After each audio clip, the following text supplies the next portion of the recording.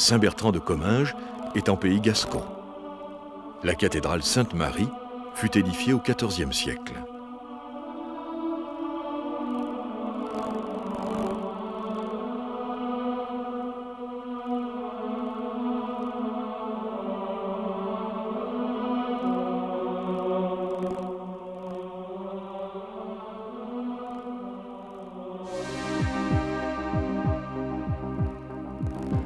Les comtes de Foix nous ont légué cette place forte édifiée au Xe siècle.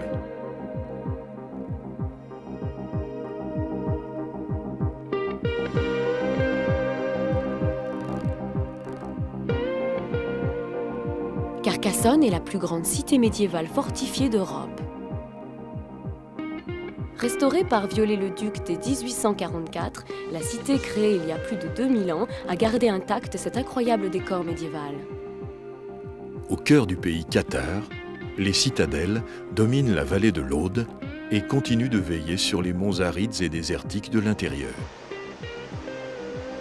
Au sud du Languedoc, il n'y a pas vraiment de frontière entre la terre et la mer. Nous sommes ici à Gruissant, village méditerranéen typique. Les maisons sur pilotis de Gruissant ont été le lieu de tournage du film 37.2 le matin avec Béatrice Dalle et Jean-Hugues Anglade. Narbonne est le plus grand centre économique du département de l'Aude.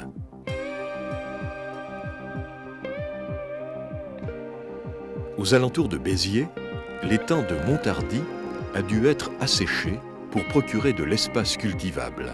Il en résulta, vue du ciel, cette étrange tapisserie.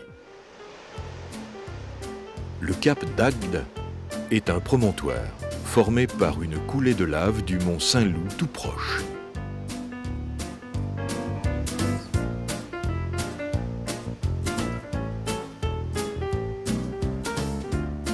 Le premier port de pêche de la Méditerranée, Sète, a souvent inspiré les artistes tels que Maurice Clavel, Jean Vilar, entre autres.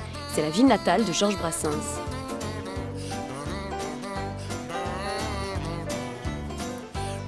L'embouchure du Rhône nous attirera vers la Camargue. Nous traverserons le Gard, Arles et la Provence, jusque dans les gorges de l'Ardèche. La plaine de Camargue, à l'embouchure du Rhône, est un parc naturel régional.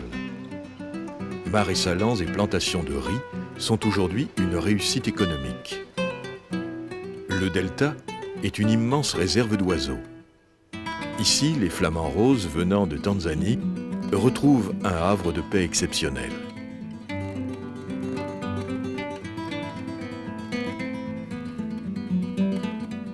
Les grandes manades élèvent les meilleurs taureaux pour la corrida.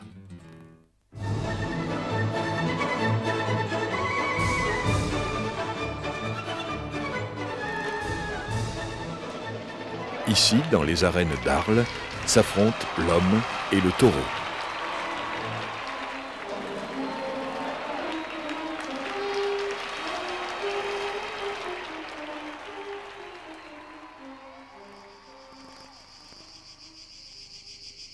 Sur leur promontoire étrange, au cœur de la Provence de Mistral, les ruines fascinantes de la cité des Baux dominent le maquis et les champs d'oliviers. Les Baux ont donné leur nom à la bauxite, minerai jadis extrait dans les alentours. En remontant le cours du Gardon, affluent du Rhône, le pont du Gard affiche gaillardement ses 2000 ans.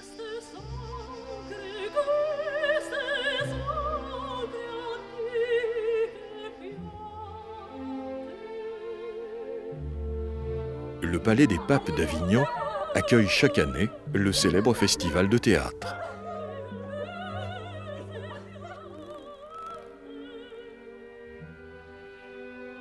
Orange, qui nous présente le théâtre antique le mieux conservé de tout l'Empire romain. Les qualités acoustiques du théâtre sont très appréciées des amateurs d'art lyrique.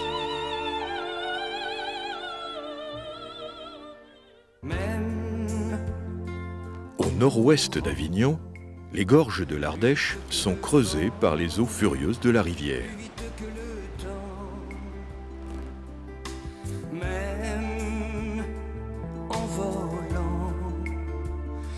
falaises atteignent parfois une hauteur vertigineuse de 200 mètres.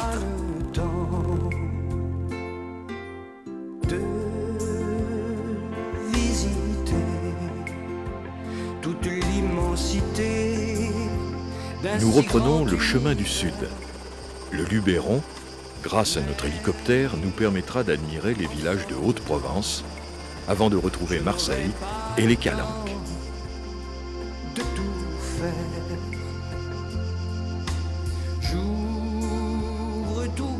L'ocre, extrait des carrières de Roussillon, entre toujours dans la fabrication des teintures qui colorent les façades des maisons provençales. Gordes, accrochée aux falaises du plateau de Vaucluse, domine la vallée de l'Imergue.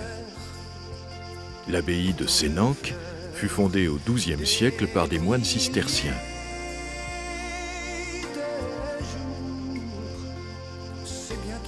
Nous sommes dans le domaine de la lavande.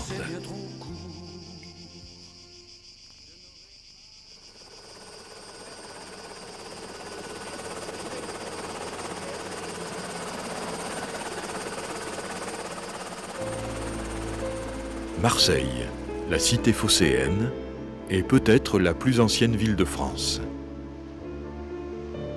Porte traditionnelle de l'Orient, Marseille doit tout à la mer et a toujours vécu du commerce international.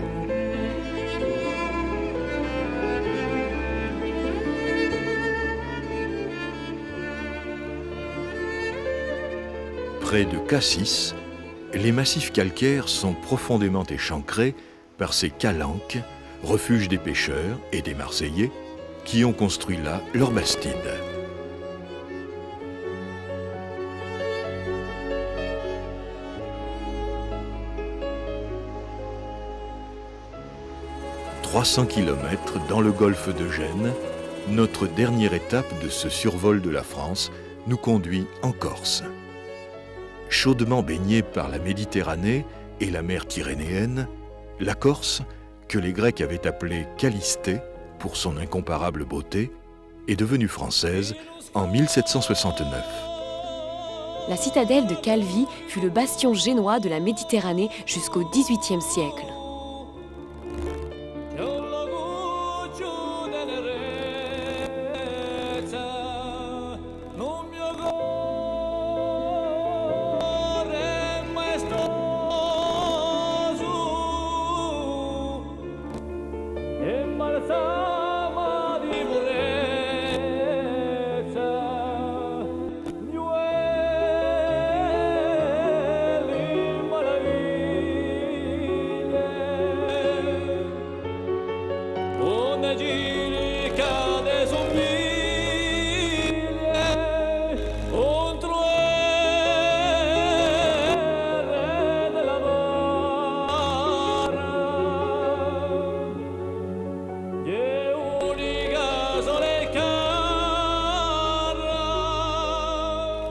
Bonifacio est la dernière ville au sud de la France.